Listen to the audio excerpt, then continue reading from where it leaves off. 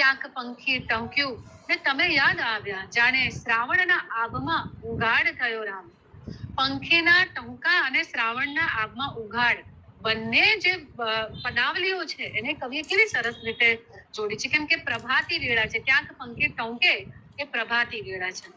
અને જ્યારે શ્રાવણના દિવસો ચાલતા હોય ત્યારે પણ આ જે સવારનો જે ઉઘાડ હોય છે, ઝરમર થોડો વરસાદ વરસી ચૂક્યો હોય 4 થી 6 કે 7 વાગ્યા સુધીમાં કે 8 વાગ્યા સુધીમાં, અને પછી જે આછો ઉજાસ હોય છે, બસ બિલકુલ અહીંયા જે નાયિકાના ચિત્તમાં પ્રિયતમ માટેનું જે સ્મરણ છે એનો ઉજાસ આવો મજાનો છે. એમ કહેવાય ને, અત્યંત પ્રાતઃકાળ કે પછી 9 વાગ્યા સુધીનો જે સમય છે, સુંદર સમય પસંદ કર્યો છે. એક તારો ટમક્યો ને તમે યાદ આવ્યા, અને પછી જુઓ સવારનો સમય લીધો, એમ એક તારો ટમક્યો ને તમે યાદ આવ્યા એટલે રાત્રિકાળ, આખા દિવસની વાત આવી ગઈ. જરા ગાગર ઝલકીને તમે યાદ આવ્યા, જાણે કાંઠા તોડે છે કોઈ મહેરામણ હોરા. કેવી મજાની વાત કરી છે. એક પછી એક પ્રકૃતિના રૂપક પાસે કવિ આપણને લઈ જાય છે. એટલે કે નાયિકાના મનોભાવ જે પ્રિયતમ સાથેના સાયુજ્ય સાધવા માંગે છે, એની યાદો સાથેના, એને બધી જગ્યાએ એનું દર્શન થઈ રહ્યું છે અત્યારે. જેમ કે પહેલા વરસાદની વાત કરી, તરણું કોળિયાની વાત કરી, બરાબર, પંખીના ટંકારની વાત કરી, શ્રાવણમાં જે આભનો ઉઘાડ થાય છે એની વાત કરી, એક તારો ટમક્યો એની પણ વાત કરી, પછી ગાગર ઝલકીને તમે યાદ આવ્યા. ક્યારે ક્યારે પ્રિયતમ યાદ આવે છે? જો એમ થાય ને એટલે આમ તો પ્રત્યેક ક્ષણે યાદ આવે. કઈ પણ કામ નાયિકા કરતી હોય ને, અહીંયા ગાગર શબ્દ આવ્યો છે એટલે આપણે એના પરથી એવું કહી શકીએ કે આ નાયિકાનું ગીત છે, પ્રેમમાં પડેલી નાયિકાનું ગીત છે, બરાબર. જરા ગાગર ઝલકીને તમે યાદ આવ્યા, જાણે કાંઠા તોડે છે કોઈ મહેરામણ હોરા. કાંઠા તોડે, સમુદ્ર ગાજતો હોય અને આમ કહેવાય ને, જે મહેરામણ થયો છે, એમ કે એકદમ આનંદિત પ્રફુલ્લિત થઈ ગયો છે અને બે બાજુના કાંઠા ઘૂઘવી રહ્યો છે. આ અંદરના અને બહારના બે પ્રકારના પૂરની વાત છે. કવિતા કે ગીત, ગમે કોઈ પણ વાત કરો તમે, એ ક્યારેય સીધા ટોનમાં વાત ના થઈ શકે. સીધી કહેવાય અને કવિતા ના કહેવાય. એને ગતિ તમે યાદ આવ્યા. પહેલા શ્રાવણના ઉઘાડની વાત કરી અને પછી તારાની વાત કરી અને ફરીથી સહેજ ચાંદની છલકીને તમે યાદ આવ્યા. તમે જોજો કે જે પ્રેમમાં પડેલા સ્ત્રી પુરુષ પાત્રો હશે અથવા તો યુવાનો હશે, એમના પ્રેમના મળવાના સ્થાન કયા કયા હશે? આજે તો મંદિરોને પણ છોડતા નથી. એમાં ખાસ કરીને સાઈબાબાનું મંદિર તો ખાસ. અમારા લુણાવાડામાં બસ સ્ટેન્ડ છે, બસ સ્ટેન્ડ. અચ્છા, હા, એટલે બસ સ્ટેન્ડ તો પહેલું પગથિયું છે, કેમ કે ત્યાંથી પ્રેમની યાત્રા શરૂ થતી હોય છે કોલેજ કાળમાં. એટલે સારી વાત છે. પણ અહીં જે નાયિકાના જે મનોભાવ છે, બહુ જ પ્રકૃતિના પરિવેશમાં આપણને લઈ જાય છે, વિહાર કરાવે છે. એટલે તારા, શ્રાવણનો આભ, પંખીનો ટંકાર, તરણું, મોસમનો પહેલો વરસાદ, કવિએ કઈ બાકી નથી રાખ્યું. જો એના પછીના અંતરામાં શું કહે છે? કોઈ ઠાલું મલક્યું. ઠાલું મલક્યું એટલે કેમ? અહીંયા ખાલી શબ્દ પણ પ્રયોગ કરી શક્યા હોત ને કવિ, પણ અહીંયા એમ કે છે કોઈ ઠાલું, જે એમ કહેવાય ને કે જેનો એમ કોઈ મિનિંગ નથી, પણ છતાં આપણે દિવસમાં એવું કેટલી વાર હસતા હોઈએ છે કે એ હસવા પાછળ કોઈ કારણ નથી હોતું, બસ આપણે હસીએ છીએ, મરક હસીએ છીએ. તો એવું મલકાટ જ્યારે પ્રિયતમની સ્મૃતિમાં નાયિકા જતી હોય ત્યારે આવી પંક્તિ મને અહીંયા રમેશ પારીખની પણ યાદ આવે છે કે ગોરમાને પાંચે આંગળીએ પૂજ્યા કે નાગલા ઓછા પડ્યા રે લોહી, કમથે દોથો ભારીને કાંઈ ટાંક્યા કે આબલા ઓછા પડ્યા રે. ને પછી શું, મોરની સાથે છાનકી વાતું કરું. પ્રેમમાં પડેલા યુવક અને યુવતી હંમેશા અંદર મનમાં ને મનમાં પોતાના પ્રિયજન સાથે વાતો કરતા હોય છે. અને હવે તો એવા ફોન આવી ગયા છે ને કે શી ખબર આ છોકરાઓ છોકરીઓ કેવી રીતે વાત કરતા હોય છે, ધીમે બાજુવાળાને એને પણ ન સંભળાય. આને આપણે સુરેશ જોશીની ભાષામાં કહેવું હોય ને તો જનાંતિકી કહેવાય. જનાંતિકીનો અર્થ તો એમ થાય કે છેક કર્ણ મૂળ સુધી પહોંચી જતી વાત, અને જેને કારણે આપણા ગાલ એકદમ રાતા થઈ જાય, બરાબર. એટલે હવે તો એવા ફોન નીકળ્યા છે કે પછી રામ જાણે. ટેકનિક આ યુવાનોને આવી ગઈ છે, તો આવી મધુર વાતો એ આજે કરી શકે છે. આજે આપણે યંત્રનો સમય છે એટલે ફોન સૌથી પહેલા છે એમાં. પણ ગામડામાં વસતા લોકો બધાની પાસે તો કઈ ફોન નથી ને, ત્યારે આવા નાયિકાના મનોભાવ આપણને બહુ સરસ મજા કરાવે એવા છે કે કોઈ ઠાલું મલક્યું ને તમે યાદ આવ્યા, જાણે કાનુડાના મુખમાં બ્રહ્માંડ દેઠું રામ. બરાબર, કાનુડાના મુખમાં બ્રહ્માંડ કોણે દેઠું હતું? તમને ને મને બધાને ખબર છે, એક તો જશોદા માતા એક બીઠું હતું, એક બીજે જો કોઈ હોય તો એ હતા રાધા રાણી. એમણે એક વખત એ રાસલીલા વખતે ભગવાન શ્રી કૃષ્ણએ એમને એનું દર્શન કરાવ્યું હતું. તો આ કઈ નાની સૂની વાત નથી હોતી કે કોઈ ઠાલું મલકે બેઠું બેઠું મરક્યા જ કરે, પ્રસન્ન રહે એની યાદમાં, એ મોટી વાત હોય છે. જાણે કાનુડાના મુખમાં બ્રહ્માંડ, કેટલી ખુશી થાય આ ઠાલું મલકવાની રીતમાં, કે જાણે કાનાના મુખમાં આપણે આખું બ્રહ્માંડ જોઈ લીધું હોય. અને છેલ્લો અંતરો છે કે કોઈ આંગણ અટક્યું ને તમે યાદ આવ્યા. હવે જો અત્યાર સુધીની બધી સ્મૃતિની વાત હતી, પ્રેમની સ્મૃતિઓ, પ્રિયજનની સ્મૃતિઓની વાત હતી, બરાબર. પણ યાદ કરતા કરતા હવે એવું લાગે છે ભણકારા વાગવા મળે આપણને. જાણે આપણી પાસેથી કોઈ પસાર થઈ ગયું હોય ને તો આપણને એવું લાગે કે એ તો પસાર નથી થયા ને. અને આવો ભણકારો અહીંયા આ છેલ્લા અંતરામાં આપણને સંભળાય છે. કોઈ આંગણ અટક્યું ને તમે યાદ આવ્યા, જાણે પગરવની દુનિયામાં શોર થયો રામ. પગરવની દુનિયા, અહીંયા કોઈ પ્રિયજનનું નામ પણ મૂકી શક્યા હોત. ઘણા બધા માણસોની અવર જવર એવો જો શબ્દ પ્રયોગ કરે કવિ, તો પછી કવિતા કેવી રીતે બને? આપણે ઘણી વખત કવિતામાં કાવ્યત્વની વાતો કરતા હોઈએ છીએ. તો કાવ્યત્વ શું છે એ પણ અહીંયા આ ગીતત્વ છે, એ જ કાવ્યત્વ છે. એ સ્વરૂપની ભાષામાં ગીતત્વ કહેવાય છે, કારણ કે આ ગીત છે માટે. તો જો પગરવની દુનિયામાં શોર થયો રામ. પગરવની દુનિયા એટલે કઈ દુનિયા? જ્યાં અનેક લોકો અવર જવર કરે છે અને છતાં એ અવર જવરની વચ્ચે નાયિકાને એવો ભાસ થયા કરે છે કે એ તો નથી આવ્યા ને.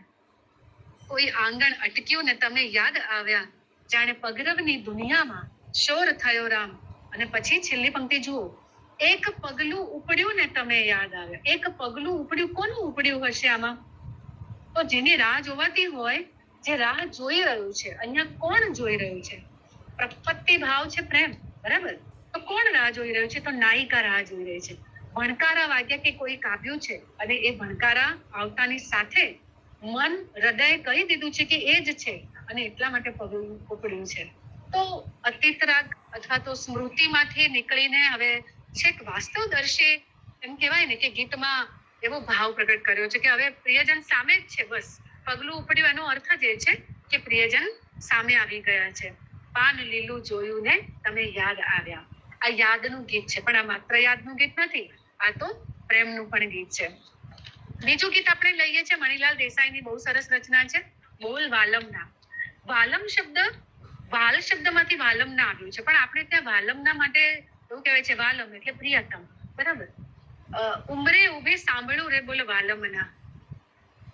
આ જે પ્રથમ પંક્તિનું જે મુખડું પંક્તિ છે ને, એ જ એની સાથે તમને કહું કે વિરહ ભાવ છે. એક તો પહેલા વાટ જોતી નાયિકાનું આ કાવ્ય છે, રચના છે. પણ આ વાટ જોતી નાયિકાનો જે ભાવ છે ને, એ રાજસ્થાન પ્રદેશમાં સૌથી વધારે જોવા મળે છે.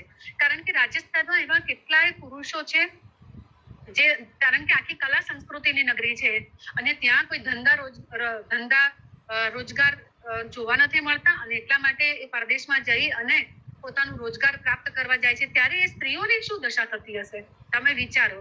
એ સ્ત્રીઓ હંમેશા પોતાના પ્રિયજનના, પોતાના પતિનો હંમેશા આમ વાટ નિરખતી જ બેસતી હશે. ભલે આ રાજસ્થાની ગીત નથી, પણ રાજસ્થાનના પ્રદેશ અને એની જે વિરહની ભાવના છે ત્યાં સુધી તો આપણને લઈ જાય છે. કારણ કે અહીં તો કવિએ મણીલાલ દેસાઈએ તો અહીંયા ખેતરની વાત કરી છે, વાડીની વાત કરી છે.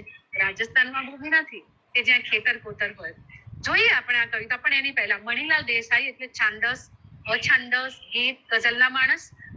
નવાઈની વાત એ છે કે માત્ર એક જ કાવ્ય સંગ્રહ રાનેરી, મને જાણવા છે ત્યાં સુધી એક જ કાવ્ય સંગ્રહ એમણે આપ્યો છે, રાનેરી. અને રાવજી પટેલ અને મણીલાલ દેસાઈ, આ બંને કાવ્યની એક યુતિ છે. જેમ આપણે ત્યાં ગાંધી યુગમાં સુંદરમ અને ઉમાશંકર જોશીની યુતિ છે, એવી રીતે અનુગાંધી યુગ, આધુનિક યુગમાં રમેશ પારેખ અને અનિલ જોશી, જયંત પાઠક અને ઉષ્ણસ, બરાબર, રાજેન્દ્ર શાહ અને નિરંજન ભગત, અને એવી જ રીતે મણીલાલ દેસાઈ અને રાવજી પટેલ, આવી રીતની એક યુતિ છે. કેમ કે એ બંને સમકવિઓ છે, સમસમયના કવિઓ છે. તો ક્યાંક ને ક્યાંક આ રચનાઓમાંથી તમે પસાર થાવ ને તો થોડી ઘણી ગીતની રીત અથવા શૈલી લખતા હોય ને, ત્યારે ગીતની શૈલી એકબીજામાં આપણને ઉઘડતી નિખરતી જોવા મળે. ત્યારે આપણને એમ પણ પ્રશ્ન થાય કે ખરેખર આ રાવજીની કવિતા છે કે મણીલાલ દેસાઈની કવિતા છે. પણ અહીં એક આખો કાળ જ છે કે જ્યાં એક સાથે ઘણા બધા કવિઓ પર એની અસર પડે છે. રમેશ પારેખ જેવા કવિઓના ગીતનો લય તો આજના કવિઓ પણ જી લે છે, બરાબર. તો એ દ્રષ્ટિએ આપણે આ ગીત જોઈએ. રાનેરીમાંથી આ ગીત લીધેલું છે અને આમ પણ મણિલાલને તો અંધારાનો કવિ કહેવાય છે. બહુ સુંદર રીતે એમાં અંધારા વિષયના જે સુંદર કલ્પનો અને સૌંદર્યની વાત એમણે ઝીલી છે. અહીં અંધારાનો ભાવ નથી, અહીં પણ પ્રેમનો જ ભાવ છે. બોલ વાલમના. આ તો ગણગણવાનું અને ગાઈ લેવાનું પણ ગીત છે. ઉમરે ઉભી સાંભળું રે બોલ વાલમના, ઘરમાં સૂતી સાંભળું રે બોલ વાલમના. હવે ઉમરે ઉભી સાંભળું રે બોલ વાલમના, પછી ઘરમાં સૂતી સાંભળું રે બોલ વાલમના. આખું મુખડું શું દર્શાવે છે? રાહ જોતી કન્યા છે. આમ કેવી કન્યા છે? રાહ જોતી, પ્રિયતમની અથવા તો પતિની રાહ જોતી. એટલે વાલમના શબ્દ વારંવાર રિપીટ થશે, પણ પહેલા ઉમરો, પછી ઘરમાં સૂતી. આ શું બતાવે છે કે જે દૈનિક જીવન ક્રિયાઓ છે, ખાવું, પીવું, બેસવું, ઉઠવું, નાહવું, ધોવું, દરેક કામમાં પ્રેમ થાય ને એટલે એ પછી આપણા ચિત્ત સાથે એ વ્યક્તિ, એનો ભાવ એવી રીતે જોડાઈ જતો હોય છે કે સ્વપ્નમાં પણ આપણો એ પીછો નથી છોડતો. સપના પણ આપણે એના જ જોતા હોઈએ છીએ. બરાબર? કેમ કે સતત વાત કરવાની આપણને એની સાથે ટેવ પડી ગઈ છે. ઉમરે ઉભી સાંભળું રે બોલ વાલમના, ઘરમાં સૂતી સાંભળું રે બોલ વાલમ. પણ અહીંયા એમ કે છે સાંભળું રે બોલ વાલમના. તારા ભણકારા મને વાગે છે. અહીંયા કહેવાનો ભાવ તો એ છે કે તું આવી રહ્યો છે, અથવા તારા શબ્દો, તારી સાથે કરેલી વાતો, તારી સાથે કરેલી ગોષ્ઠીઓ, ક્યાંક ફરવા ગયા હોય અને તે સમય દરમિયાન જે કઈ પરિવેશ એમણે સાથે જોયો હશે, બધું જ નાયિકાને અહીંયા સાંભળે છે. પછી કલ્પના શરૂ થાય છે એની. ગામને પાદરે ઘૂઘરા વાગે, ઊંઘમાંથી મારા સપના જાગે. ગામને પાદરે ઘૂઘરા વાગે, ઊંઘમાંથી મારા સપના જાગે. સપના રે લોલ વાલમના. અહીંયા રે લોલ એવા જે લોક લયના ટેકા કહેવાય. આવા શબ્દ પ્રયોગને શું કહેવાય?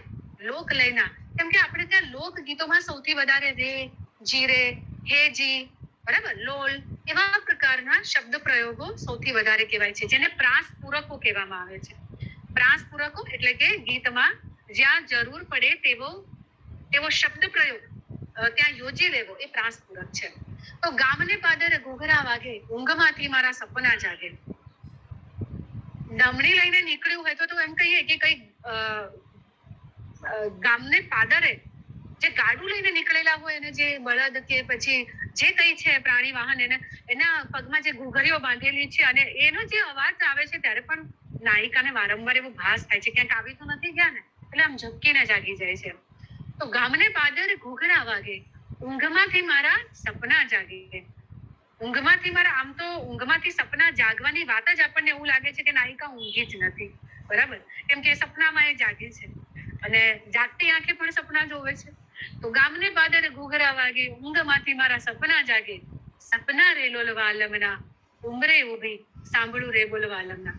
આ ગીત એવું છે ને કે જેનું વર્ણન અથવા જે લખ્યું છે જે રીતે, એ રીતે તમને જ્યારે હું આ બોલું છું ત્યારે પણ માનસિક રીતે ચિત્તમાં એ દ્રશ્ય દેખાતા હશે કે આમ ગામ હશે, આવી રીતે ખડકી હશે, દરવાજે પેલી નાયિકા આમ થાંભલીને આમ ટેકો દઈને ઊભી હશે, રાહ જોતી હશે.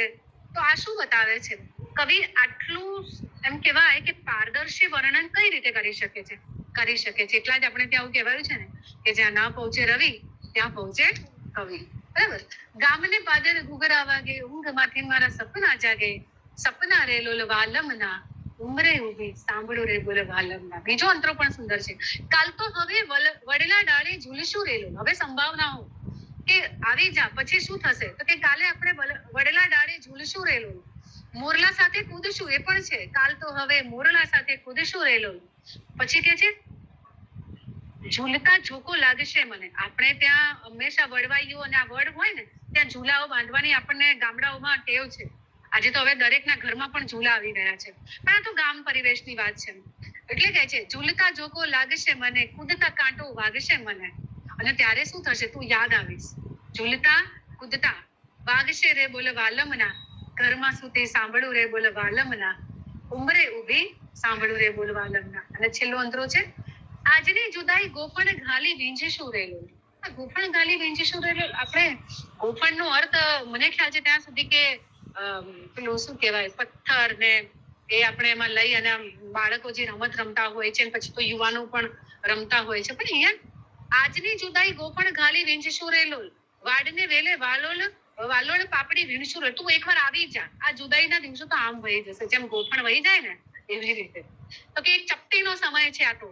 જુદાઈ જેટલી આકરી લાગે છે ને એને ભૂલતા પણ પછી આ બધા યુવા પ્રેમીઓને વાર નથી લાગતી. ક્યારે નથી લાગતી? જ્યારે પોતાનું પ્રિયતમ કે પ્રિયતમા એની સાપેક્ષમાં હોય, એના સાનિધ્યમાં હોય ત્યારે. વીંજતા પવન અડશે મને, વીણતા ગગન નડશે મને. બરાબર, વીંજતા પવન અડશે મને, વીણતા ગગન નડશે મને.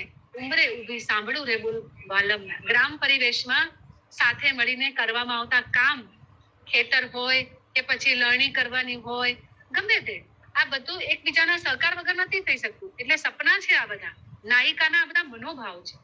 તમને એક નવાઈની વાત એ પણ લાગશે કે કોઈ નાયિકા, કોઈ સ્ત્રી કવિ હોય એટલે કે કવિયત્રી હોય, એ આ પ્રકારની રચના લખે તો બરાબર છે કે પોતે સ્ત્રી છે અને આ મનોભાવને સરસ રીતે જીવી શકે છે. પણ કોઈ પુરુષ કવિ હોય અને એ નાયિકાના મનના આવા બધા ભાવોને સમજે, એના વિશે લખે, તો એને શું કહી શકાય? આપણે એમ કહી શકીએ કે આપણે ત્યાં એવા ઘણા બધા ગીતો છે કે જેની કથન ઉક્તિ એ નારી સ્વરમાં છે. જો મણીલાલ દેસાઈ સ્વયં પુરુષ કવિ છે, પણ એની આ બધી આ જે રચના છે કે આપણે આગળની પણ જે પાને લીલું જોયું ને તમે યાદ આવે એ રચના પણ જોઈ, તો એનું જે કથન ઉક્તિ છે, જેના દ્વારા કહેવાય છે, એ તો નારી છે, એ તો સ્ત્રી છે. એના મનોભાવોને સૌથી વધારે એમણે આલેખ્યા છે. તો આ એમની બીજી રચના, એટલે કે આપણે જે કઈ રચનાઓ અત્યારે આસ્વાદમાં લઈ રહ્યા છે એવી એક બીજી રચના લઈએ. અમારી આંખે કંકુના સૂરજ આથમ્યા. આ રાવજી પટેલની રચના છે. રાવજી પટેલે અંગત કાવ્ય સંગ્રહ આપ્યો છે. એમ તો એમને નવલકથા ક્ષેત્રે પણ કામ કર્યું છે. પણ મણીલાલ દેસાઈ અને રાવજી પટેલ બંને એક જ સમયના કવિઓ છે. એટલે એ દ્રષ્ટિએ કે બંનેમાં એક ગીતની દ્રષ્ટિએ પણ ક્યાંક ને ક્યાંક સિમિલારિટી આવશે. બરાબર, છતાં પણ આ ગીત કેવું જુદું પડે છે જો બધા કરતા. બીજું કે આપણે ત્યાં મૃત્યુના માંગલ્યની વાત બહુ ઓછા કવિઓએ કરી છે. આમ તો મૃત્યુની વાત કરીએ એટલે આપણે તો ઘરમાં પણ જો વાત કરીએ તો શું આવી વાત કરે છે મરવાની, તરત આપણને એમ ટોકવામાં આવે છે. બરાબર, પણ અહીં તો કવિએ એ મૃત્યુની જે ઘટના છે અથવા મૃત્યુનું જે ભાવ સંવેદન છે એને રજૂ કરવા માટે માંગલમયતાનો સૂર પ્રગટ કર્યો છે. એટલે શું માંગલમયતા? એટલે શું કે કોઈના લગ્ન લેવાયા હોય અને લગ્ન વખતે જે કઈ આયોજન કરવામાં આવે ત્યારે કેવી ચારે બાજુ પ્રસન્નતા હોય, શણગાર હોય, સુગંધ હોય, આ બધો જે પરિવેશ છે લગ્ન સમયે લગ્ન મંડપમાં થયો હોય એવો જ ભાવ પ્રવેશ ક્યાંક ને ક્યાંક રાવજી પટેલ અહીં મૃત્યુના કાવ્યમાં કરવામાં સિદ્ધ થયા છે, સફળ થયા છે.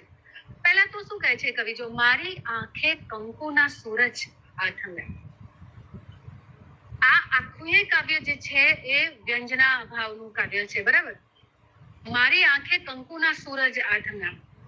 મારી આંખે જ્યારે કવિ સ્વયં કહેતા હોય એટલે કાં તો કવિ પોતે, કેમ કે રાવજી પટેલ બહુ ઓછું જીવ્યા છે. ક્ષયનો રોગ લાગુ પડવાને કારણે એ માત્ર 28-29 વર્ષની ઉંમરે જ મૃત્યુ પામ્યા છે. બરાબર, અને એમને એવો ભાસ થઈ ગયો હતો.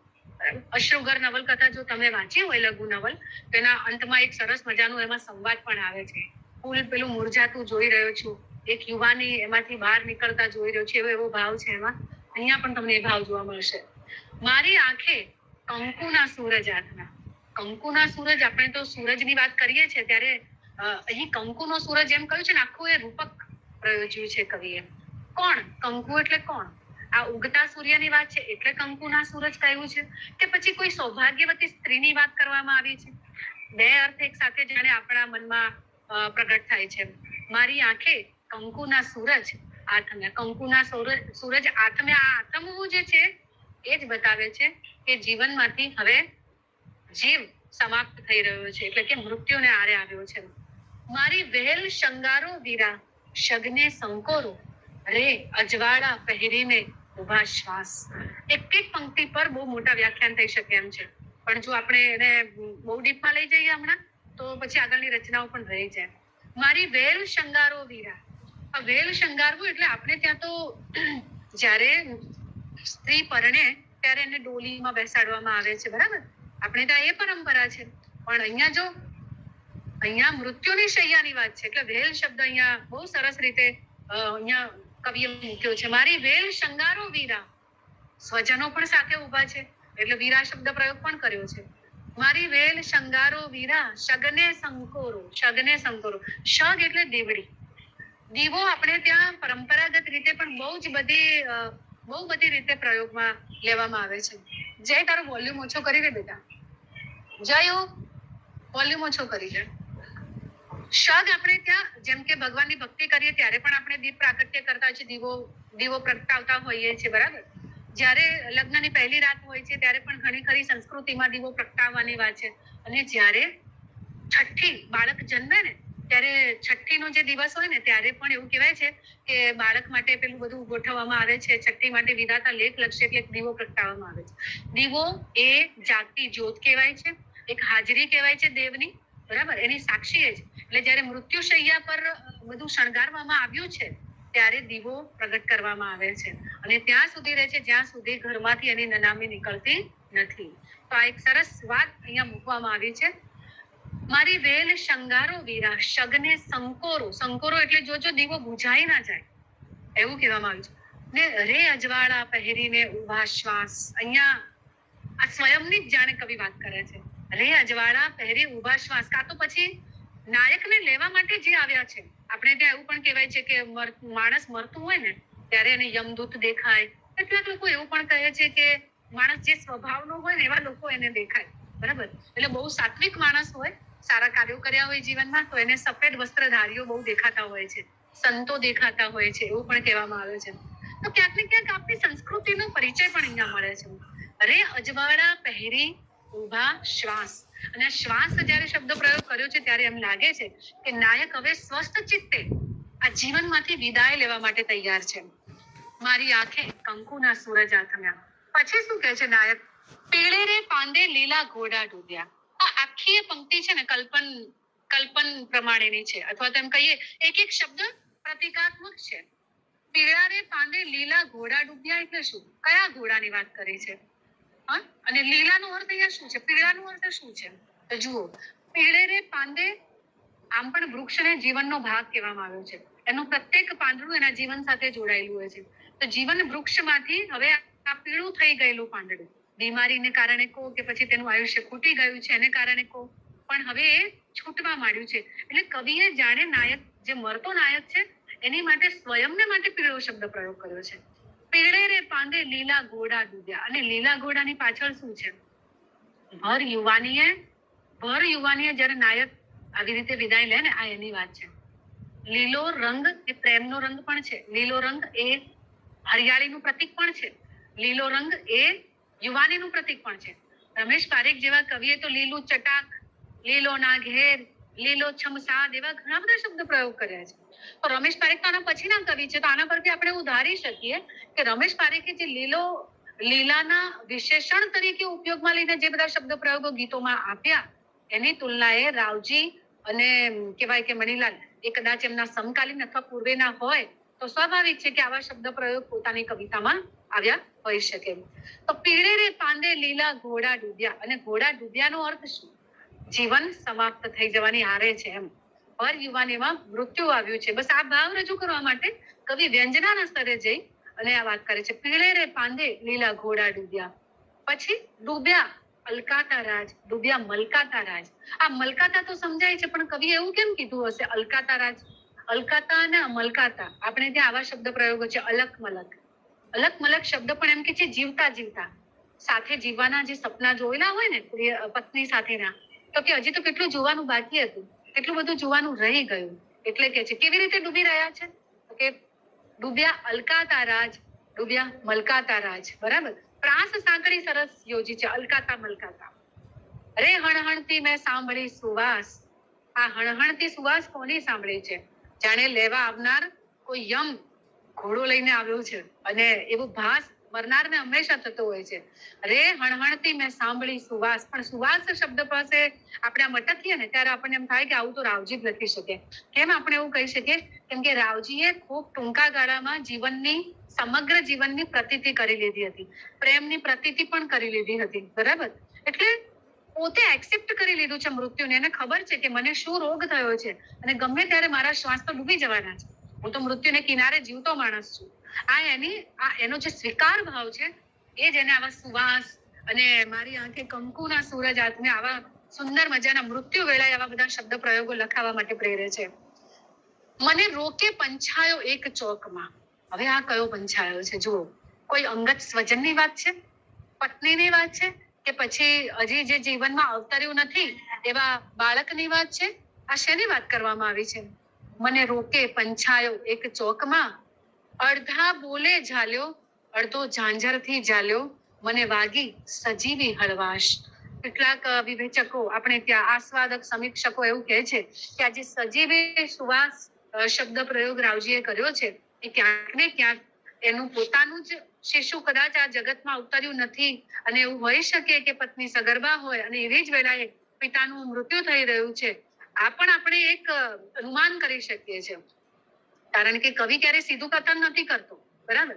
એ એવી કવિતા રચે છે કે ભાવકને એક કરતા વધારે અર્થમાં જવાનું ગમે અથવા સૂચે.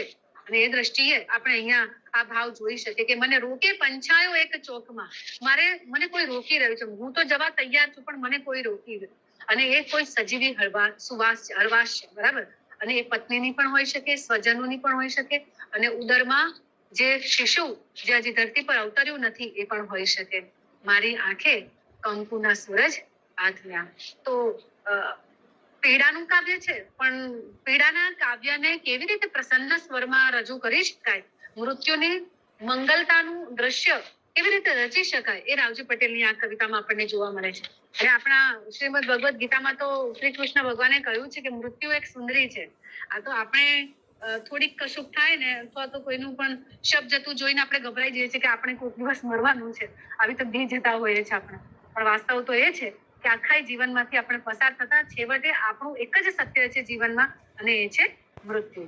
એ સત્યની વાત પણ અહીંયા રાવજીએ કરી છે.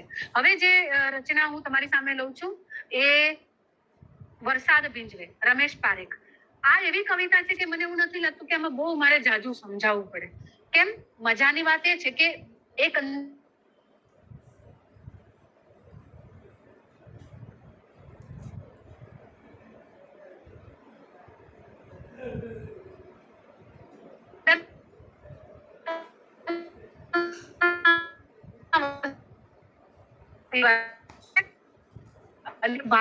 આખીમાં પહેલો કાવ્ય સંગ્રહ આવ્યો એમનો, અને ત્યાંથી એમના બધા પછી સનનત્વ બાપુને, બરાબર, જેમાં છોકરી છોકરાના બહુ બધા સુંદર મજાના કાવ્યો છે. તમારા બહુ જ ગમે એવા છે. અમારા ગમશે સૂર્ય સ્વગત જે સંગીત હોય એટલે 6 અક્ષરનું નામ, એટલે કે રમેશ સરસ કાવ્ય સામે પારે બહુ અદ્ભુત અને જુદો તરી આવતો સંગ્રહ છે. તો વરસાદ આંખ કાન વરસાદ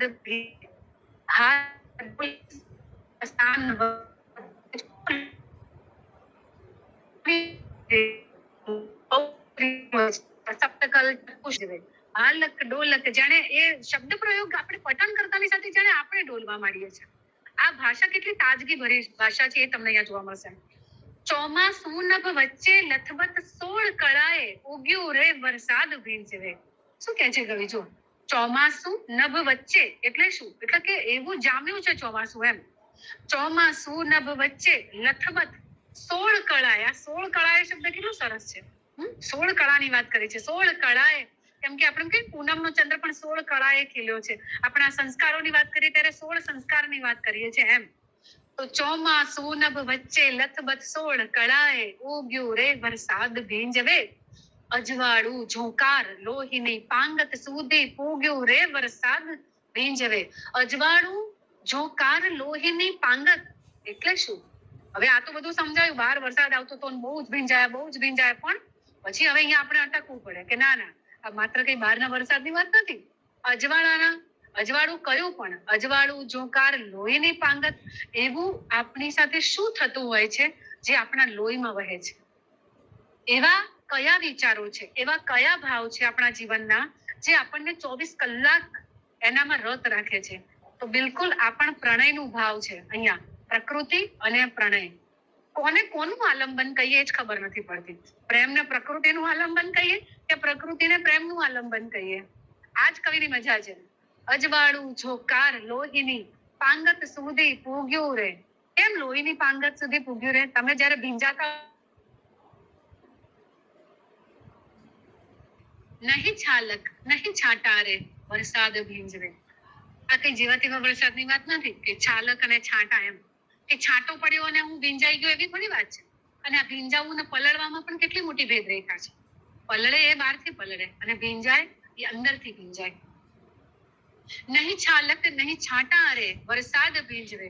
ના તો એ છાલક કે છાંટાથી ભીંજવી રહ્યું છે, પણ દરિયા ઉભા ફાટ્યા રે વરસાદ ભીંજવે. એવો છાલક છાંટાનો વરસાદ નથી, આ તો એવો વરસાદ છે કે દરિયા ઉભા ફાટી જાય. બરાબર. પછી આગળ ઘરમાંથી તોતિંગ ઓરડા. હવે જુઓ મજાની વાત. ઘરમાંથી તોતિંગ ઓરડા ફાળ મારતા છૂટ્યા રે વરસાદ ભીંજવે. મોટા ભાગે વરસાદ આવે ને તો બાળકો ફાળ ભરી ભરીને દોડતા હોય. મોટા મોટા મનુષ્યો પણ આવી રીતે મોટા મોટા એટલે યુવાનો કે પછી જેને બહુ વરસાદમાં નાહવાની મજા આવતી હોય એવા ફાળ ભરી ભરીને ચાલતા હોય. પણ કવિએ અહીંયા એમનું કથન એવું નથી. અહીંયા એ શું કે છે? ઘરમાંથી તોતિંગ ઓરડા ફાળ મારતા છૂટ્યા રે. એટલે બહારના પાણી ઘરમાં ફરી વળ્યા છે કે પછી ઘર આખું એ પાણી પાણી થઈ ગયું છે? જો બરાબર છે. એકત્વની જે ભાવના છે એ અહીંયા જોવા મળે છે. કયા એકત્વની? એક વરસાદના એકત્વની અને એક જેના ભાવમાં નાયિકાને રમમાણ રહેવું ગમે છે સતત, આ એની પણ વાત છે.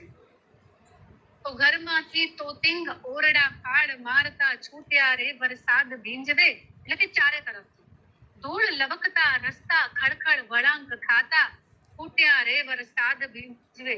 આ કેવો વરસાદ છે કે જે રસ્તાને ખૂટાડી દે છે?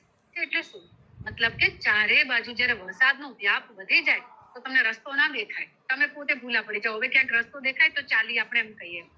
જો ધૂળ લવકતા, જે અત્યાર સુધી ધૂળ લવકતા હતા એ ધૂળ લવકતા રસ્તા, પછી ખડખડ વળાંક ખાતા ખૂટ્યા રે વરસાદ ભીંજવે.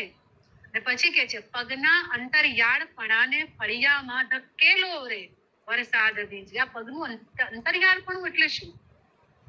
પગનું અંતરિયાળપણાનો અર્થ જ એ થાય છે કે આંતરિક એકદમ. બહારથી તો પગ આપણને દેખાતા હોય કે દોડતા હોય, પણ કોઈ અંદરથી પણ દોડતું હોય એની સાથે સાથે. બરાબર. એટલે પગના અંતરિયાળપણાની જે વાત છે એ કવિને અંદર લઈ જવાની વાત છે, પોતાના મનોભાવોમાં દોડવાની, એમાં ભીંજાવાની. બરાબર. એમાં જળબળપણાને ફળિયામાં ધકેલો રે વરસાદ ભીંજવે. પછી નેવા નીચે ભડભડ બળતો જીવ પલળવા મેલો રે વરસાદ ભીંજવે. હવે અહીંયા એવું કેમ કીધું હશે કવિએ કે અહીંયા પલળવાની વાત આવી? અત્યાર સુધી તો ભીંજાવાની વાત આવી. નેવા નીચે ભડભડ બળતો જીવ એટલે શું? કેમ ભડભડ જીવ બળે છે? કોઈની યાદમાં બળે છે, કોઈના પ્રેમમાં બળે છે, કોઈનો વિરહ અગ્નિ બાળી રહ્યો છે અંદર. એવું નથી કે બહાર જ અગ્નિ દેખાય છે એ જ અગ્નિ હોય છે. જેમ ભૂખનો અગ્નિ હોય છે એમ વિરહનો અગ્નિ હોય છે. જ્ઞાન પ્રાપ્ત કરવાની જે જીજીવિષા છે, જે જ્ઞાસાવૃત્તિ છે, એનો પણ અગ્નિ હોય છે. તો અહીંયા એ ભાવ પણ તમને જોવા મળશે કે નેવા નીચે ઉભા રહીએ ને તો કદાચ આત્મામાં થોડી કેમ શરીરમાં ઠંડક આવે એમ એવો ભાવ છે. પણ એ માત્ર એ ભાવ નથી.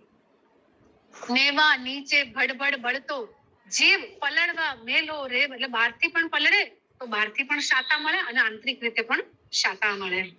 બંધ હોઠમાં 16 વર્ષની કન્યા આળસ મરડે રે વરસાદ ભીંજવે. લીલો ધમ્મર નાગ જીવને અનરાધારે કરડે રે વરસાદ ભીંજવે.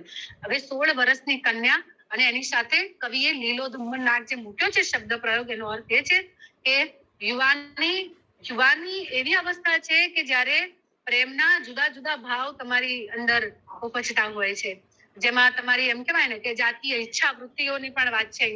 અહીંયા તમારી મનની ઈચ્છાઓની પણ વાત છે, જાતીય ઈચ્છાઓની પણ વાત છે. બરાબર.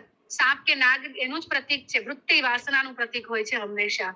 તો લીલો ધમ્મર નાગ જીવને અનરાધારે કરડે રે વરસાદ ભીંજવા. શું કરડે છે? પોતે જ પોતાનું મન અંદર એ પ્રિયજનની અનુપસ્થિતિમાં કોરી ખાઈ રહ્યું છે અહીં. અને પછી જુઓ, હવે જુઓ આખી જે આ કવિનો મોટા ભાગનો ટોન અતીત રાગનો હોય છે, પણ હવે જુઓ અહીં આપણે બે અને વરસાદ ભીંજે. હવે જાણે કોઈ એક અવસ્થા પૂરી થઈ છે અને એમાંથી કવિ કોઈક બીજી અવસ્થામાં પહોંચી ગયા છે. અહીં આપણે બે અને વરસાદ ભીંજવે મને ભીંજવે તું. આખા એ કાવ્યની જે સુંદરમાં સુંદર પંક્તિ છે એ આ છે કે અહીં આપણે બે અને વરસાદ ભીંજવે મને ભીંજવે તું, તને વરસાદ ભીંજવે. બરાબર, મને ભીંજવે તું ને તને તો બહારથી વરસાદ પલાળી રહ્યો છે, ભીંજવી રહ્યો છે, પણ મને કોણ ભીંજવી રહ્યું છે? સ્વયં પ્રેમ, એટલે કે નાયિકા. થરથર ભીંજે આંખ કાન. પહેલા આકળ વિકળ હતું, પણ આખા એમ કહેવાય ને કે નખ શીખ ભીંજાઈ ગયા પછી આવતો જે શબ્દ પ્રયોગ છે આ છે થરથર ભીંજે આંખ કાન વરસાદ ભીંજવે કોને કોના ભાન શાન વરસાદ ભીંજવે. હવે અનિલ જોશીની રચના છે કન્યા વિદાય, પણ આ રચના પણ એટલા માટે બહુ ઓછી વાત કરીશું કે આપણે ત્યાં આ રચના તમે પણ ક્યાંક ને ક્યાંક ભણીને આવ્યા હશો. પાયલબેન, તમારું માઇક મ્યુટ કરી દેજો. કન્યા વિદાય એ જાણીતી રચના છે, ક્યાંક ને ક્યાંક તમે ધોરણ 12 સુધી પણ અભ્યાસમાં ભણીને આવ્યા હશો.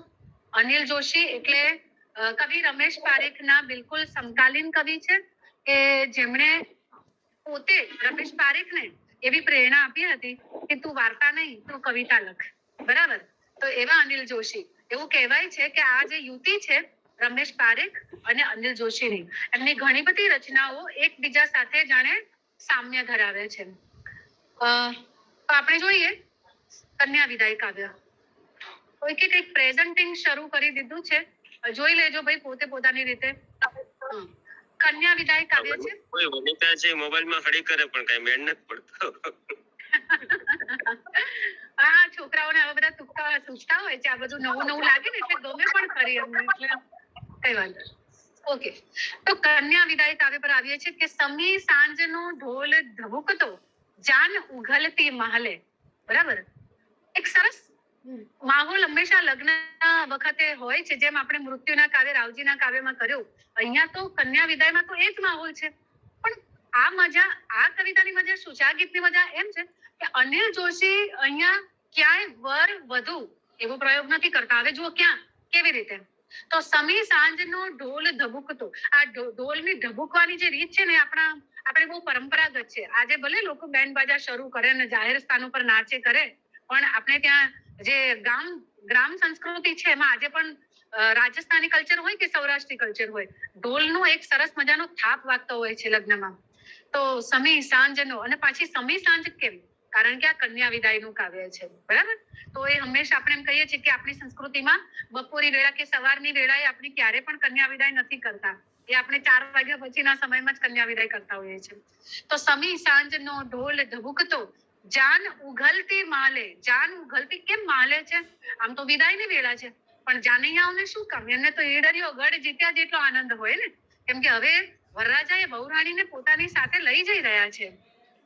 હવે જુઓ, કેસરિયાળો સાપો ઘરનું ફળિયું લઈને ચાલે. આખી એક પંક્તિમાં જ આ વાત વ્યક્ત થઈ ગઈ છે. કેસરિયાળો સાપો એટલે વરરાજા, અને ઘરનું ફળિયું એટલે કોણ? દીકરી જે પરણીને હવે સાસરે જઈ રહી છે, એટલે જે બહુરાણી બની છે તે. તો કે બંને રૂપક શબ્દ છે આખા. કેસરિયાળો સાપો ઘરનું ફળિયું લઈને ચાલે. પછી જુઓ, પાદર બેસી પપડી ઉઠતી ઘરચોળાની ભાત. એક મિનિટ વર્ષાબેન. હાજી. હા, એમાં અષ્ટકલનું આવર્તન ખૂબ સરસ છે. હા, હું અહીંયા છે ને પેલા લય આવર્તનોની બહુ ઓછી વાત એટલા માટે પણ લઉં છું, અને ભાવ કેન્દ્રી અને ભાષા કેન્દ્રી વાત, એટલે કેમ કે આ વિદ્યાર્થીઓને ખબર નહીં પેલા ચતુષ્કલ શું છે અથવા ત્રિકલ શું છે, સમજ પડે છે કે નહીં? મેં 3-4 ગીતમાં આ રીતે લય આવર્તનો પંચકલ ષટકલ ના આવર્તનો ખોલી આપ્યા હતા, એટલે અષ્ટકલ વાળું ખોલો, સરસ છે, મજા પડશે. પછી આગળ જો ટાઈમ પણ છે, 4 વાગ્યા સુધીનો સમય છે, અને હજી મને લાગે છે કે 2 રચના બાકી છે, એટલે હું જરા થોડીક સ્પીડ પણ કરી રહી છું. જોઈએ આપણે, બરાબર ને? ઓકે, તો હવે જુઓ, પાદર બેસી. આમ તો હવે મને એમ કહે છે કે એકાદ શબ્દ પ્રયોગ લઈ લઉં, સંજયભાઈએ કહ્યું છે એટલે. અષ્ટકલ સપ્તકલ શું છે? હંમેશા આપણે ત્યાં ગુરુ માત્રા અને લઘુ માત્રા એવું કહેવામાં આવ્યું છે વર્ણની અંદર. બરાબર, જ્યારે ક મ ળ એવું બોલીએ તો એક એક અક્ષર ઉપર એક માત્રા હોય, અને જ્યારે કા કે પછી સમી શબ્દ જેવો છે તો પહેલો અક્ષર લ અને લઘુ અને બીજો અક્ષર ગુરુ એવું કહેવામાં આવે છે. ગીતની ભાષામાં ગુરુને દા કહેવામાં આવે છે અને લઘુ માત્રાને તો લ જ કહેવામાં આવે છે. તો જો પાદર બેસી ફફડી ઉઠતી ઘરચોળાની વાત, એટલે કે પાદર તો દાદા, બેસી દાદા, બરાબર છે. એવી રીતે જુઓ તમે આને ચતુષ્કલ અષ્ટકલ કહી શકો. અષ્ટકલ કહો તો સાથે આવે, ચતુષ્કલ લો તો એક ટુકડે ટુકડે તમે બોલો છો. પાદર બેસી ફફડી ઉઠતી ઘરચોળાની ભાત. અને હંમેશા ગીતની અંદર એવું હોય છે કે છેલ્લે જેમ છંદની અંદર આપણે ત્યાં જે ગુજરાતી છંદો છે એમાં પણ એવું છે લઘુ ગુરુ છેલ્લે, એ ગુરુ લઘુ એવી રીતે. તો પાદર બેસી ફફડી ઉઠતી ઘરચોળાની ભાત ને ડુસકે ડુસકે હડસેલાથી બાળપણાની વાત. હવે આ કોણ બોલી રહ્યું છે? આખી એ રચનામાં તમે જોશો કે કવિ તો બોલી રહ્યા છે પણ ગીતમાં કથનોક્તિ ક્યારેક ક્યારેક બદલાતી પણ હોય છે. પણ અહીંયા વર્ણન સ્તરે તમે જુઓ તો પાદર એટલે નાયિકાના મનોભાવની વાત કરી છે. કઈ? જે નવોઢા છે તે પરણીને સાસરે જઈ રહી છે તે ઘરમાંથી જ્યારે જાન બહાર નીકળે, ફળિયું ઠેલી લે, પછી પાદર સુધી પહોંચે, ત્યાં સુધીની જે માનસિક પરિસ્થિતિ છે નાયિકાની, આ એ છે. તો પાદર બેસી પછી કે ફફડી ઉઠતી ઘરચોળાની વાત. અહીં પણ જો નાયિકાનું કે વર વધુની ક્યાંય વાત નથી પણ સીધો સિમ્બોલિક એટલે કે પ્રતિકાત્મક શબ્દ પ્રયોગ છે. ઘરચોળાની ભાત, કોને ઘરચોળું પહેર્યું છે? તો જે નાયિકા છે તેમણે. પાદર બેસી ફફડી ઉઠતી ઘરચોળાની ભાત ને ડુસકે ડુસકે હડસેલાતી બાળપણાની વાત. ડુસકે ડુસકે હડસેલાતી એટલે જ્યારે ગામથી વિદાય લઈ રહી છે ને ત્યારે ગામની પ્રત્યેક પ્રકૃતિ, પરિવેશ, જ્યાં જ્યાં એને પોતાની સખીઓ સાથે, પોતાના ભેરુઓ સાથે જે દિવસો ગાળ્યા છે એને યાદ કરે છે, સ્મરણ કરે છે. એટલે અહીંયા બાળપણાની વાત. એ હડસેલાતીનો અર્થ એમ નથી કે એ ધક્કો મારે છે, અહીંયા એ ભાવ નથી. પણ જેમ જેમ ગાડું આગળ વધે છે, બરાબર, એમ એમ એની જે સ્મૃતિઓ છે ભીતરની, બાળપણની જે સ્મૃતિઓ છે એમાંથી નાયિકા હવે ધીરે ધીરે બહાર નીકળી રહી છે. પૈડું સિંચતા રસ્તો આખો કોલાહલમાં ખૂપે. પૈડું સિંચતા, કોઈનું માઇક ચાલુ છે? દિનેશભાઈ. પૈડું સિંચતા રસ્તો આખો કોલાહલમાં ખૂપે. ગાડું જેમ જેમ આગળ વધે ને, પેલું જે જાન આગળ વધે ને, જેમ જેમ ગાડામાં જે ડોલી બનાવી છે અને એમાં બેઠેલી છે, તો પૈડાનો જે કિચુડ કિચુડ અવાજ આવતો હોય એ પૈડું સિંચતા રસ્તો આખો અવાજ આવે છે. આ માત્ર કઈ ગામના સન્નાટાની વાત નથી, પણ આ તો નાયિકાના ભીતરના સન્નાટાની પણ વાત છે. એટલે જો કોલાહલમાં ખૂપે, એમાં અંદર તો શોર ચાલી રહ્યો છે. કયો? પૈડાનો જે અવાજ ચાલી રહ્યો છે ને, બહારનો અવાજ છે, અને એક તરફ નાયિકાના અંદરનો પણ અવાજ ચાલી રહ્યો છે. કયો અવાજ? તો પોતાનું પિયર મૂકી દેવાનો, પોતાના માતા પિતા, પોતાની સખીઓ, બરાબર, આખી જે પોતાનો જે બાલ્યકાળ, યુવાકાળ જે વિતાવ્યો છે નાયિકાએ, એ બધું છે. તો પૈડું સિંચતા રસ્તો આખો કોલાહલમાં ખૂપે. પૈડું જેમ ખૂપી જાય ને નદીમાં, એવી રીતે આ નાયિકાની મનસ્થિતિને ખૂપેલી બતાવી છે. શૈશવથી ચિતરેલી શેરી સૂનકારમાં ડૂબે. હવે શૈશવથી ચિતરેલી શેરી, ચિતરેલી શેરીનો અર્થ એ છે કે ઘણા બધા વર્ષો આ શૈશવ કાળમાં જે આ ગામમાં વિતાવેલા છે, એ ભૂમિકામાં, એ જે ભૂમિ છે ગામની ત્યાં વિતાવેલી છે, એ પરિવેશ છે, પાદર છે, એનું અહીંયા સાંભળણ થાય છે. શૈશવથી ચિતરેલી શેરી હવે સૂનકારમાં ડૂબે. બધું સૂનું થઈ ગયું હવે. પછી જુઓ, હવે જાન તો ગઈ, પણ પછીની સ્થિતિ, બેક સ્ટેજ જે કહેવાય કે એના પછી લગ્ન પતી ગયા પછી પણ ઘણા બધા કામો બાકી હોય છે. એ તો બધા પતાવતા પતાવતા માતા પિતાની જે મનોદશા હોય છે કેવી હોય છે? તો જુઓ, જાન વળાવી પાછો વળતો દીવડો થરથર કંપે. ફરી એકવાર અહીંયા દીવડો થરથર કંપે એટલે અહીંયા ક્યાંય એવું ચોખ્ખું નથી કીધું કે આ માતા પિતાની વાત છે. એ આપણે સમજવાની વાત છે. આ જ હોય છે ભાષા રીતિ ગીતની, બરાબર. જાન વળાવી પાછો વળતો દીવડો થરથર કંપે. આજે પણ કદાચ ગ્રામ સંસ્કૃતિમાં હશે કે જ્યારે દીકરીને વળાવીને જે પેલો દીપ હોય ને, એ ડેલીમાં, ફળિયામાં, ઘરના આંગણમાં, સંજયભાઈને વધારે ખબર હશે, ગોળમાં દીવો પ્રગટાવવામાં આવે છે. એવું હોય છે કદાચ સૌરાષ્ટ્રમાં. મારે રાજસ્થાનમાં આવું બહુ ઓછું છે, પણ કદાચ એવું સાંભળ્યું છે કે સૌરાષ્ટ્ર પરિવેશમાં આવું છે. દીવડો થરથર અમારે ખુશ થાય કે આશા ગઈ એમ. હા, પણ એ તો બધાને થાય, પણ માતા પિતાને તો નહીં થતું હોય, આવું ખબર નહીં. તો જાન વળાવી પાછો વળતો દીવડો થરથર કંપે.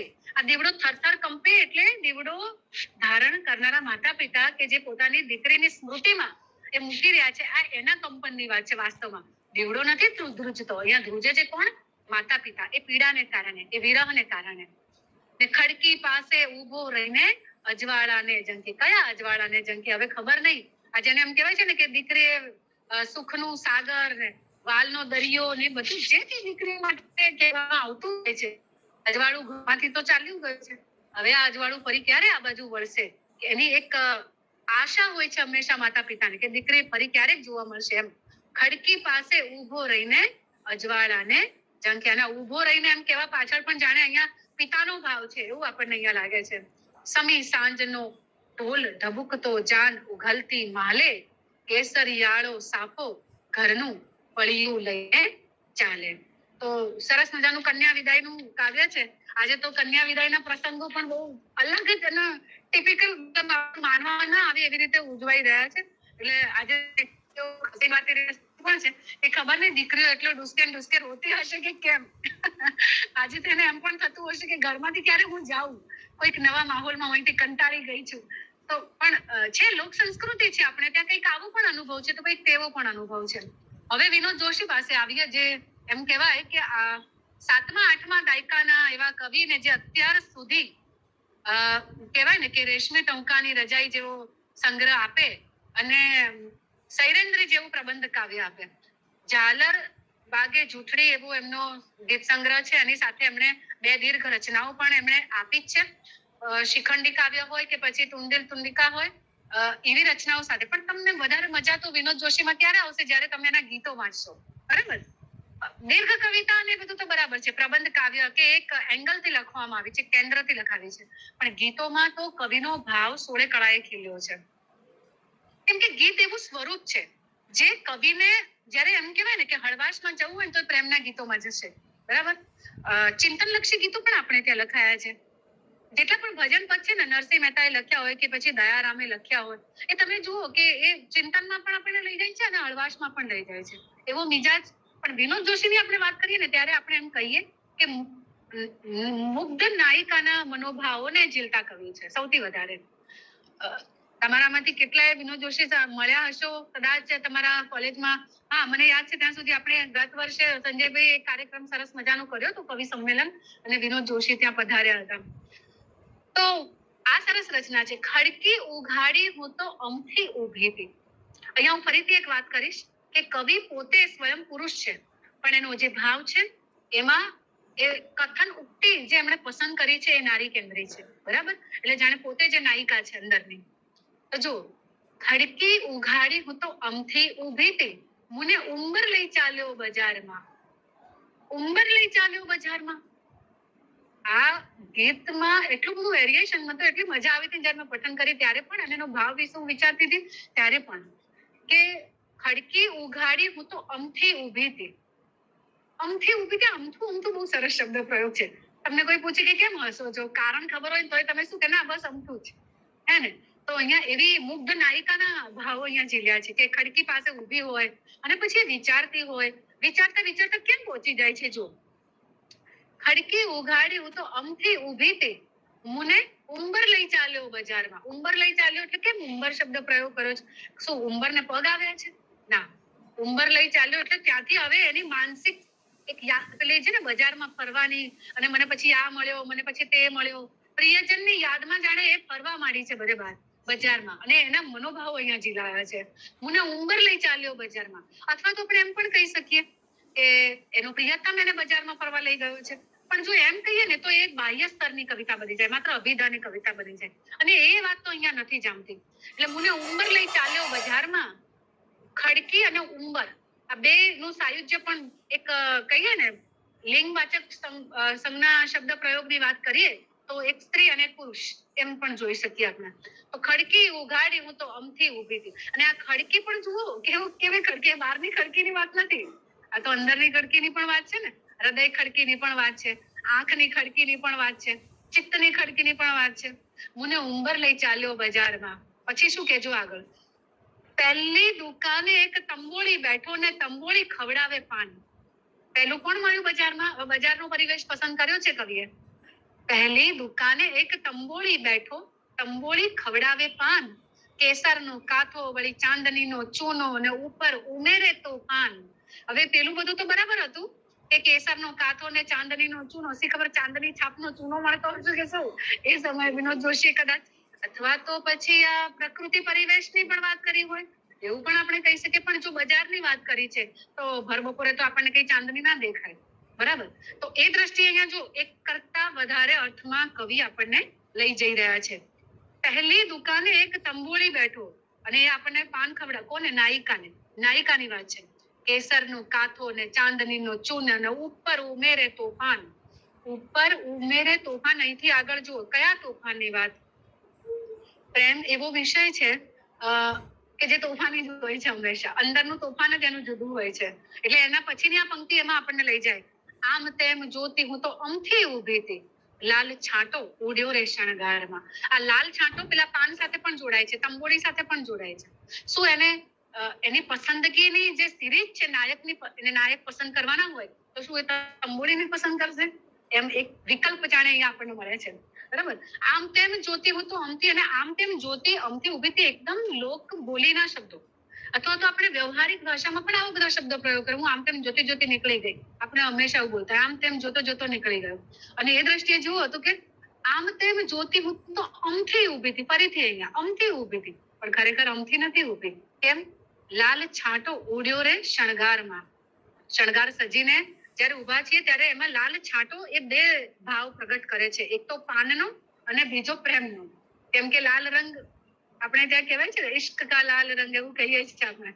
તો પાનનો પણ લાલ રંગ છે. એટલે બાહ્ય સ્તરે જ્યારે વાત કરીએ તો તંબોળીની વાત આવે, પણ આંતરિક રીતે વાત કરીએ તો પ્રેમની વાત આવે છે.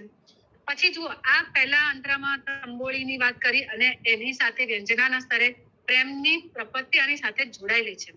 બીજી દુકાને એક વાણીડો બેઠો, વાણીડો જોખે વ્યવહાર. વાણીડો એટલે આપણે ત્યાં વાણીઓ એમ કહી શકીએ કે જે એમ કહેવાય ને કે વેપારમાં બહુ જ સૌથી વધારે શાલીન હોય છે અને હોશિયાર પણ હોય છે, એને કોઈ છેતરી ના શકે. બીજી દુકાને એક વાણીડો બેઠો ને વાણીડો જોખે વ્યવહાર. પછી જો, જટ દઈ તોળી મુને આંખ્યું ના ત્રાજવે. ત્રાજવા તો જોયા છે, પણ આંખ્યું ના ત્રાજવે તો કેવું સરસ શબ્દ પ્રયોગ કવિ પસંદ કર્યો. પણ કહો કે પ્રતીક કહો કે રૂપક કહો, પણ ગીતની આ જ મજા હોય છે. જટ દઈ તોળી મુને આંખ્યું ના ત્રાજવે, લટકામાં તોળ્યા અણસાર. લટકા, આ છે ને નાયક અને નાયિકા વચ્ચે થતી જે ગોષ્ઠીઓ હોય છે. કઈ ગોષ્ઠીઓ? જે શબ્દોમાં વ્યક્ત નથી થતી, જે આંખોના ઈશારામાં વ્યક્ત થતી હોય છે, બરાબર? આંખોથી જ વાતો કરી લેતા હોય છે પ્રેમીઓ, આપણે ત્યાં એવું કહેવામાં આવ્યું છે. અને એટલા માટે જુઓ, જટ દઈ તોળી મુને આંખ્યું ના ત્રાજવે, લટકામાં તોળ્યા અણસાર. લટકામાં તોળ્યા અણસાર, જાણે કે કાં તો એને મને એવી કંઈક નિશાની આપી દીધી ને કાં તો મેં પોતાની જાણે એને ભણી દીધી હોય એવો એને અહેસાસ થયો છે. આવા પરસ્પરના જે પ્રેમના જે ભાવ છે, જે એકબીજામાં સમાઈ જાય છે, એની આ વાત છે. પછી જુઓ, સાન ભાન ભૂલી હું તો અમથી ઊભી હતી. પહેલા અંતરામાં તમે શું જોયું કે આમ તેમ જોતી હું તો, પણ હવે આ ખાલી આમ તેમ જોવાની વાત નથી. પહેલી વખત જ્યારે તમે કોઈને જુઓ તો કદાચ એવું બને, પણ બીજી વખત તમે થોડા વધારે એનામાં ઊંડા ઉતર્યા હો ને એના પ્રેમમાં, ત્યારે તમે થોડુંક સાનભાન ખોઈ બેસો છો. એટલે બીજી સ્થિતિ આવી, પ્રેમનો બીજો સ્તર. સાનભાન ભૂલી હું તો અમથી ઊભી હતી, દઈ પડછાએ ટેકો સુનકારમાં. હવે જુઓ, દઈ પડછાએ ટેકો સુનકારમાં. હવે અહીંયા તો આપણને ખ્યાલ આવી જાય કે નાયિકા તો પ્રેમમાં જ પડેલી છે, ત્યારે જે સુનકારમાં એની પાસે પછી કોઈ કારણ ના રહે કે કેટલા વાગ્યા સુધી ઊભી છે, ક્યારથી ઊભી છે, ટાઈમલેસ થઈ જાય છે. પ્રેમ છે ને આપણને ટાઈમલેસ કરી નાખે છે. કાળની પેલે બાર જાણે આમ લઈ જતો હોય, કલાકોના કલાકો આપણે એના વિચારોમાં હોઈએ, એના ભાવમાં રમમાણ રહેતા હોઈએ. તો એ જે સમયકાળ છે એ અહીંયા સુનકાર કે પછી પડછાએ, એ બહુ સરસ શબ્દ પ્રયોગ કર્યો. દઈ પડછાએ ટેકો સુનકારમાં. કયા પડછાએ? કોના પડછાએ? તો જેને પસંદ કરી લીધો છે ને એના. હવે એમાં જ ખોવાઈ ગઈ છે. ત્રીજો અંતરો, ત્રીજી દુકાને એક પિંજારો બેઠો ને પિંજારો સીવે રજાય. હવે જુઓ, પહેલો કોણ હતો? તંબોળી હતો, બીજો હતો વાણીડો, અને હવે ત્રીજો કોણ છે? પિંજારો. પિંજારાનું કામ પીંજવાનું કામ છે. પ્રેમમાં તમે પીંજાઈ જ જાઓ. એટલે જે ત્રીજી અવસ્થા છે ને એ એકદમ કહેવાય ને કે બહુ જ ગહન સ્તરમાં લઈ જાય પ્રેમના. તો કે છે ત્રીજી દુકાને એક પિંજારો બેઠો ને પિંજારો સીવે રજાઈ. આ રજાઈ શબ્દની સાથે નાયિકાના પ્રથમ રાત્રિના પણ કદાચ મનોભાવો સંકળાયેલા છે એની સાથે, એના મિલનના સપનાઓ સંકળાયેલા છે. બખીએ આવીને એક બેઠું પતંગિયું સોયામાં વાગી શરણાઈ છે ને, અહીંયા એમ કીધું સોયામાં વાગી શરણાઈ, એટલે બસ હવે જેને નક્કી કરી લીધો હોય ને પછી કાનમાં શરણાઈ થઈને જ વાગે કે પરણું કાને પરણું, નહીતર કોઈ જ નથી પરણવું. તો પ્રેમની જે યાત્રા શરૂ કરી છે નાયિકાએ, ખડકીથી ઉંબર ને પછી બજાર ને બજારમાં 3 તંબોળી ને વાણિયડો અને પિંજારો અને પછી જો છેલ્લી પંક્તિ, નામ ઠામ છોડી હું તો અમથી ઊભી હતી. હવે પહેલા તો સાનબાન ભૂલી જવાની વાત છે, પણ પછી શું કે છે, નામ ઠામ છોડી હું તો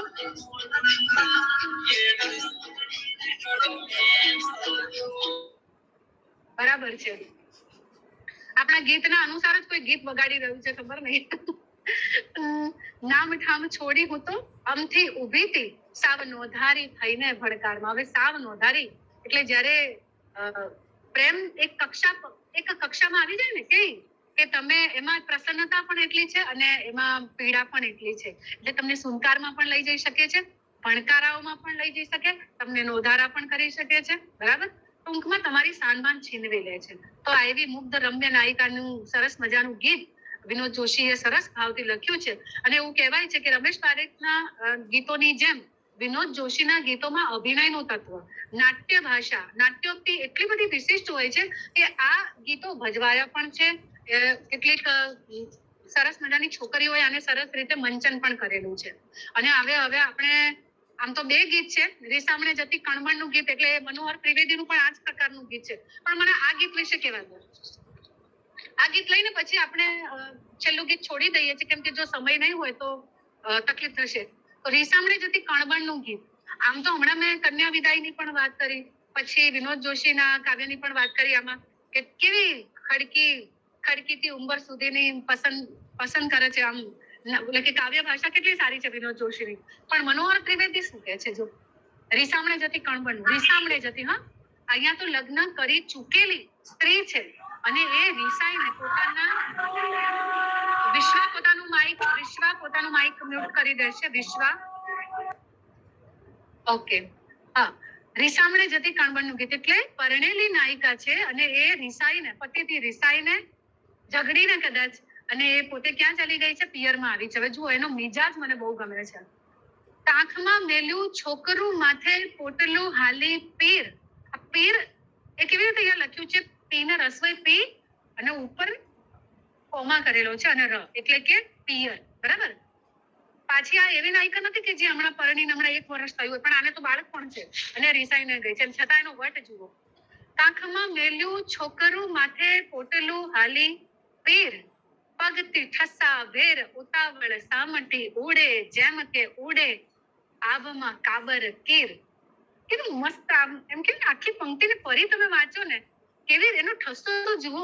કાંખમાં મેલ્યું છોકરું, તમને આખું શબ્દ ચિત્ર દેખાશે એવી સ્ત્રીનું, કે કાંખમાં છોકરું મેલ્યું ને આમ જાણે મોઢું ચડાવીને એમ પટાક દઈને કહીને એમ કે હું તો આ જાઉં છું. અહીંયા તો મને ડોલ્સ હાઉસ પણ યાદ આવે છે, પણ એની પાસે છોકરું નહોતું. બરાબર, કાંખમાં મેલ્યું છોકરું માથે પોટલું, માથે પાછું પોટલું હોય છે છતાં એને ભાર નથી લાગતો. જો હાલી પીર એટલે પિયરમાં ચાલ્યું, પગથી ઠસ્સા ભેર ઉતાવળ, પગથી ઠસ્સા ભેર ઉતાવળ. આ ઠસ્સા ભેર લખ્યું છે એ આમ સારું છે, પણ જાણે બોલકું થઈ જાય છે થોડું, આમ આખી રચનામાં ખબર ના પડે, ઉતાવળમાં આવી જાય. પગથી ઠસ્સા ભેર ઉતાવળ સામટી ઉડે, જેમ કે સામટી ઉડે, પાછી જો જાણે કેવી રીતે જાય છે, દોડતી દોડતી ફટાફટ. એનો પગની તીવ્રતા કેવી છે, તો કે કાબર કીર જેવી છે. બરાબર છે, જેમ કાબર કીર જેમ આભમાં ઉડતા હોય ને એટલી ત્વરાથી એ પિયરમાં ચાલી ગઈ. બોલો, અને જાણે બીજું કોઈ હોત તો એમ થાત કે હમણાં મારો પતિ મને પતિને મનાઈને મને લઈ જશે, એવું એને એવી પડી નથી. એવી કોઈ પરવા નથી, એવી બેફિકરાઈ વાળી નાયિકા છે. જુઓ આગળ, મરને માથા બંધણું મેલું, દાટ જોઈ સંભાળતો વાવડ પૂછતો મારા ગામના મારે શું. બહુ મજા આવે એવું છે. હું તો વાંચીને હું તો ખુશ થઉં છું. આવું જ કરવું જોઈએ.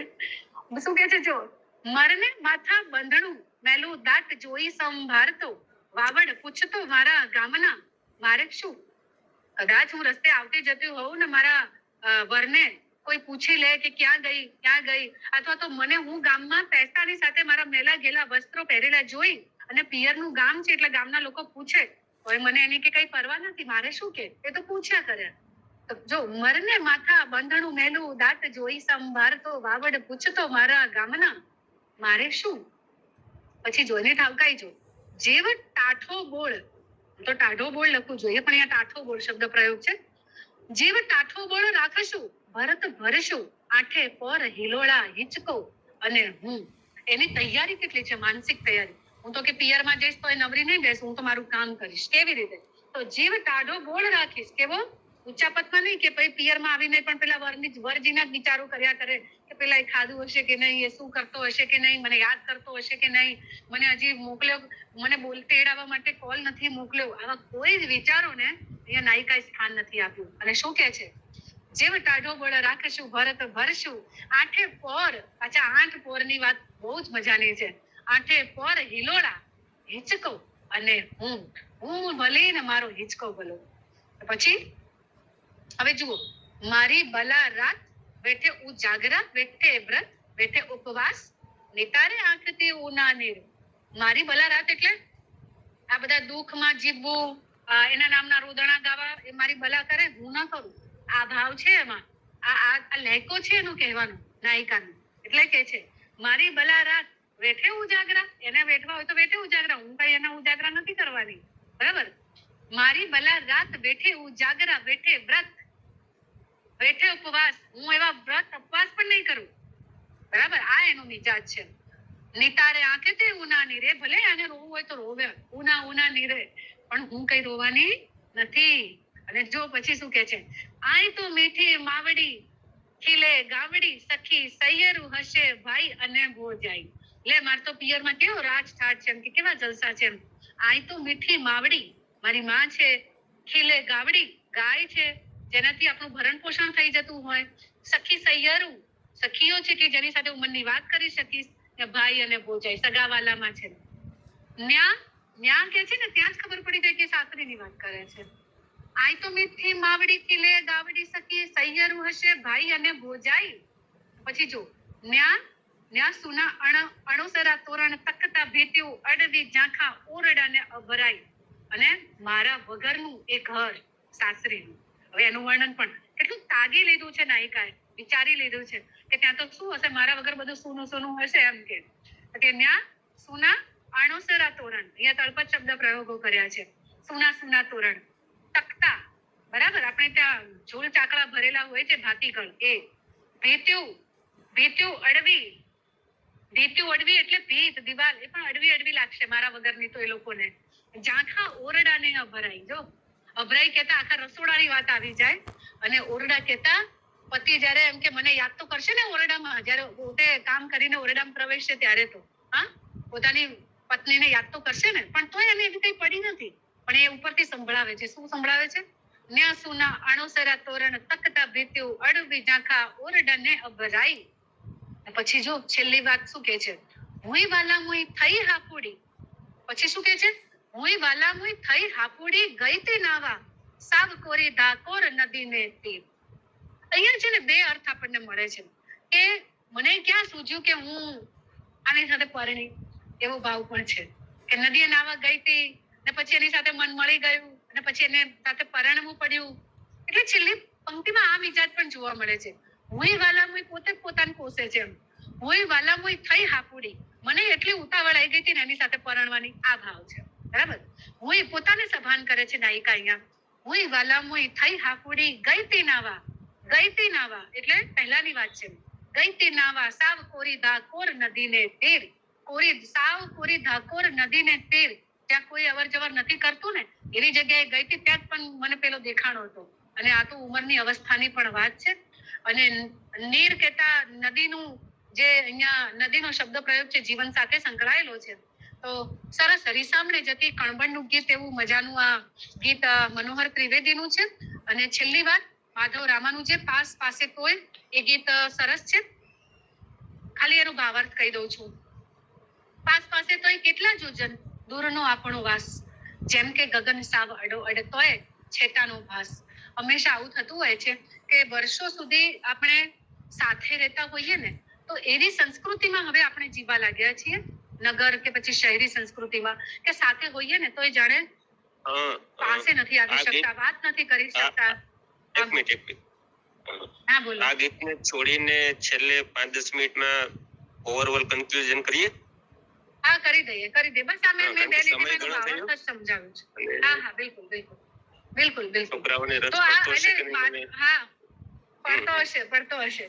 પણ આ જે રચના છે ને માધવ રામાનુજીની, એમાં આ કહેવાનું એટલું છે કે ઘણીવાર આપણે સાથે હોઈએ કે પાસે હોઈએ પણ છતાં એકબીજાને મળી ન શકવાની જે પીડા છે એની માટે આપણને સમયનો બાદ આવી જાય છે, કાં તો સમય હોય છે છતાં આપણે એકબીજાની નજદીક નથી જઈ શકતા, એવો પણ ભાવ આ ગીતમાં રહેલો છે. મને લાગે છે કે હવે આની આ રચના મેં લઈ લીધી છે સંજયભાઈ. તો કોઈને પ્રશ્ન હોય તો ઠીક છે, નહીં તો તમે સમાપન કરો. મને મજા પડી છે, તમને મજા પડી હોય તો ઓર મજા છે. કોઈ વિદ્યાર્થીને કોઈ પ્રશ્ન હોય તો બોલો.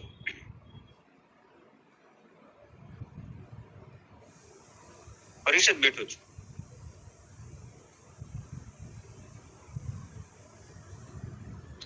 સ્પીકર બંધ છે. હા મને ખ્યાલ આવી ગયો એમ કહું છું. પાછળ પેલી જાળીને બધું જોયું તો મને લાગ્યું કે પરિષદ પહોંચી. જુઓ મિત્રો, અભ્યાસક્રમના જે ગીતો છે ને એ ગીતો આ પેપરની મજા એ છે. એફઆઈ વાળા આવતા વર્ષે ભણશે, ટીવાય વાળા મિસ કરી ગયા. નહીતર આ પેપર એવું છે કે જે ભણવાની મજા પડે એવું છે. અને એસવાય વાળા આ વખતે ભણે છે. અને આ સંપાદિત ગીતોની મજા એવી છે કે એક બે ગીતને બાકાત કરતા બાકીના બધા ગીતો એવા છે કે જેમાં રસ પડે અથવા તો ગમે અથવા તો મજા પડે, એમ એ પ્રકારના ગીતો છે. એટલે આજના લેક્ચરમાં જે ગીતો લેવાયા ને એ બધા બહુ ખૂબ જાણીતા અને ગવાયેલા, વારંવાર મંચન થયેલા અને આપણા બધા પ્રસિદ્ધ કવિઓ છે એના બધા ગીતો છે. સરસ રીતે વર્ષાબેને ખોલી આપ્યા. એનું કામ જ કવિતામાં અને ગીતમાં છે, એટલે સારી રીતે ખોલી આપે. તમને કોઈ પ્રશ્ન હોય તો બોલો.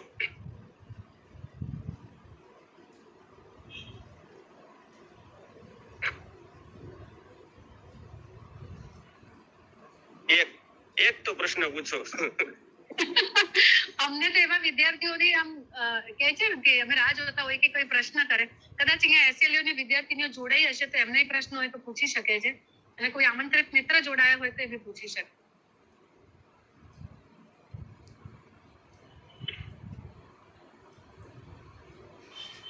નહીં તો આ એક આપણને સાહિત્યના જુદા જુદા જે સ્વરૂપો છે એમાંથી આપણને ગમે એ પ્રકારનું એક સ્વરૂપ છે, કારણ કે એની સાથે લોકજીવન અને આપણે વ્યક્ત ન કરી શકીએ એવા ભાવો સૌથી વધારે નજીકથી જોડાયેલા છે. એટલે પણ આ સ્વરૂપમાં મજા પડે. ટૂંકું સ્વરૂપ છે એટલે કંટાળો પણ ના આવે. નવલકથા વાંચી હોય તો દિવસો જઈએ, વાર્તામાં પણ ટાઈમ લાગે. આ તમે 5 મિનિટમાં સાંભળી શકો, વાંચી શકો, ગુનગુનાવી શકો, એવું છે. આપણે થોડા હિન્દી ગીતોથી ટેવાયેલા છીએ, એટલે ગુજરાતી સુગમ સંગીત અથવા તો કાવ્ય ગીતો સાંભળવાથી ટેવાયેલા નથી. પણ તમને ધીમે ધીમે જો રસ પડતો હોય તો યુટ્યુબ પર અથવા તો બીજી ઘણી બધી વેબસાઇટ પર આપણા આ ગુજરાતી પ્રસિદ્ધ જે ગીતો છે એ મુકાયેલા જ હોય છે. ઘણી વખત ક્લાસમાં સંભળાવતો હોય છું, પણ આ વખતે છેલ્લા 10 દિવસથી વધારે કામ આવી ગયું. નહીતર આ જાણીતા ગીતો બધા ક્લાસમાં સંભળાવતો હોઉં.